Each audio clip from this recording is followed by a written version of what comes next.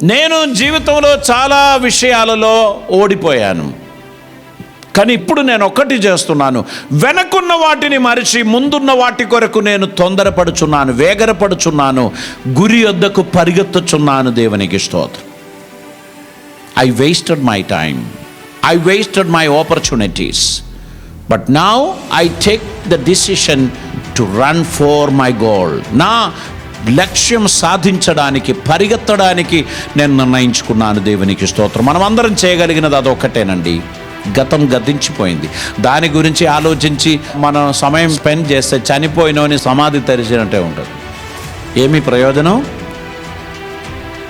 Already చనిపోయాడు, సమాధి కూడా చేశాం, మళ్ళీ పోయి దాన్ని తవ్వడం ఎందుకు? ముందుకు వెళ్ళడానికి నిర్ణయం తీసుకోవాలి, పరిగెడుతూ ముందుకు పోవాలి. మీ జీవితానికి ఒక గమ్యం ఉంది, నీ జీవితానికి ఒక ఉద్దేశం ఉంది, నీ జీవితం సక్సెస్ చేయడానికి దేవుడు నీకు తోడుగా ఉన్నాడు.